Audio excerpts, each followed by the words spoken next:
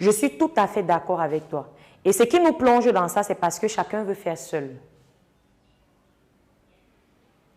Tant que les Africains ne comprennent pas que pour passer à un certain niveau de développement, on ne peut pas faire seul en réalité. Un projet, pour qu'il soit mené à bien, ne se fait pas avec un cerveau. Ça ne se fait pas avec un cerveau.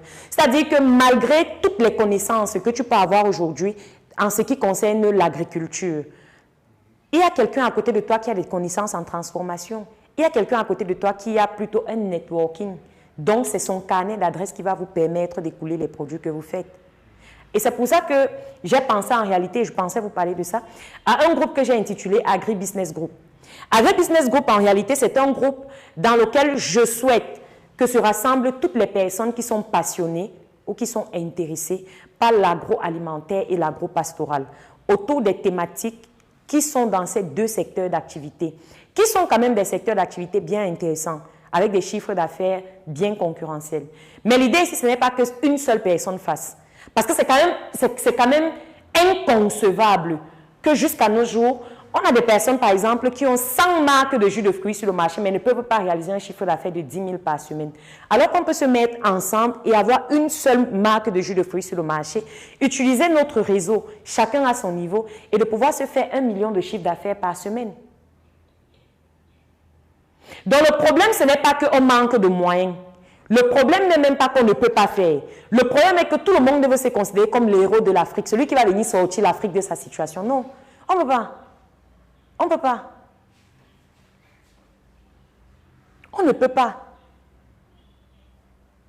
Si vous avez des pays comme par exemple la Hollande ou la Belgique, qui ont compris qu'en réalité, eux, ils n'ont pas de terre pour cultiver ou pour faire l'élevage. Ils viennent à l'ouest du Cameroun, venir faire des fermes pour reporter sa partie dans le pays. C'est dur de tricher. Je veux dire, c'est à ce niveau que je suis d'accord avec Malox. Que copie, tu colles. C'est pas aussi compliqué que ça. Mais pourquoi on va le faire? Tout le monde veut être CEO. Tout le monde veut se taper la poitrine en ligne que je suis jeune, j'ai 30 ans et à 7 entreprises. Et c'est ça qui nous plonge dans ça. Personne ne veut comprendre en réalité que c'est ensemble qu'on va se développer. Et le challenge, c'est-à-dire que vous pouvez avoir tous les moyens que vous voulez. D'ailleurs, vous êtes au courant du scandale de l'usine de Kekem. Vous êtes au courant du scandale de l'usine de Kekem. L'usine de transformation C'était quoi? C'était le manioc? Je crois que c'était le manioc. C'est-à-dire, quelqu'un, lui, il a tous ses moyens, en réalité. Il va construire une usine. Carrément, avec les machines, tout et tout.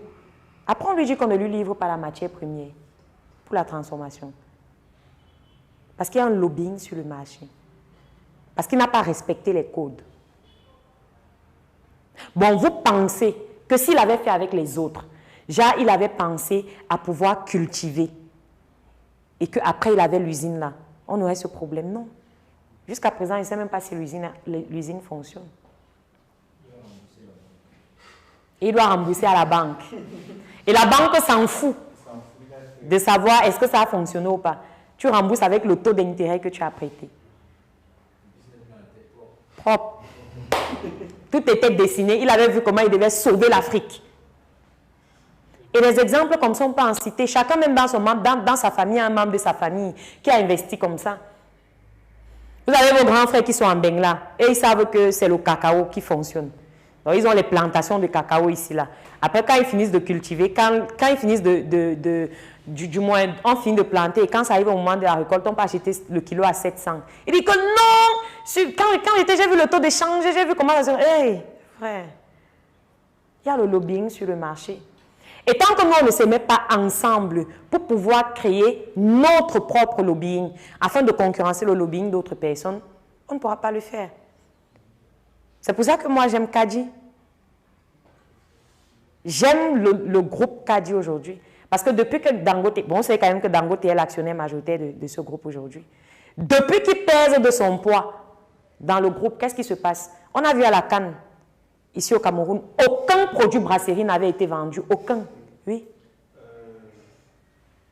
Dangote fait partie du groupe Kadi, oui. Il est l'actionnaire majoritaire du groupe Kadi aujourd'hui. Du groupe UCB, si vous voulez. Ça veut dire que Kadi exerce aussi au Nigeria. Est-ce que c'est une entreprise camerounaise? Non, je pose la question. Bien sûr que ça existe au Nigeria. Du coup, la formule même de la Kadi a changé. La Kadi que tu consommais avant qu'il ne soit là, la formule a changé. Le bracelet de la Kadi, c'est un Nigérian. Le brasseur de la Kadi, exactement, c'est un Nigérian.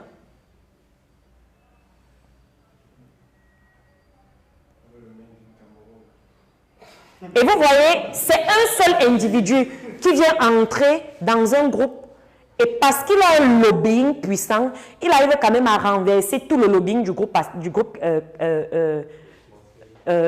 comment ça s'appelle le groupe? Non, non. SABC. Il n'y a aucun produit bracelet qui était vendu pendant la canne. C'est-à-dire que quand les produits Kadi finissaient, vous mourrez de soif. Même aux alentours, là, parfois, si on vous trouvait en train de vendre, on vous prenait. Et le lobbying a pesé tellement lourd qu'aujourd'hui, ils vont redevenir les distributeurs de la marque Coca. On a retiré la distribution de ça aux brasseries. C'est ça le lobbying, en fait. Et c'est ça que les Africains doivent apprendre à faire. Et ça, c'est seulement un seul individu. Donc, imaginez-vous que 10 se mettent comme ça ensemble. C'est ça l'Afrique qu'on veut. C'est à cette Afrique-là qu'on aspire. Vous pensez que Dangote ne pouvait pas raisonner, dire que lui, il crée sa propre marque de bière. C'est ça qui allait le dépasser.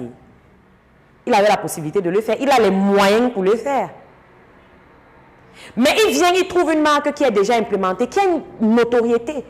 Je dis que même le groupe UCB avait la possibilité de dire que non, nous on a déjà notre notoriété établie, on va vendre à notre niveau.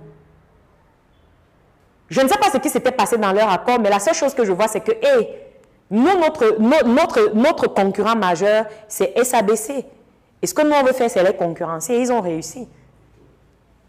Ils ont bien réussi à le faire. Donc maintenant, eux aussi, ils essayent de nager. Ils rachètent un peu Guinness là. Nage un peu dans. Et c'est bien. On va voir si ça va persister.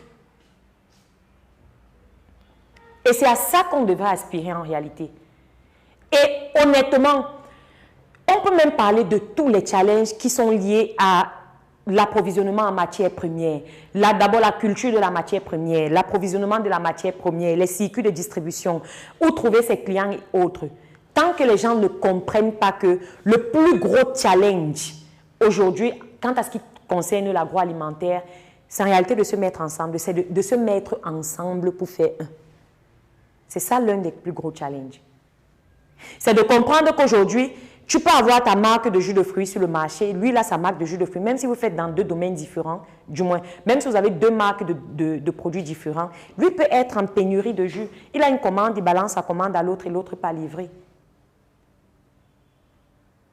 Mais où? Qui va faire ça? Qui va faire ça?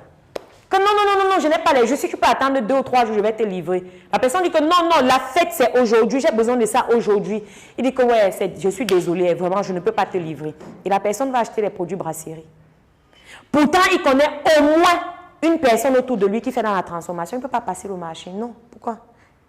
Que l'autre manque l'argent que moi, il devait manger. Pourquoi c'est mieux ça part aux brasseries?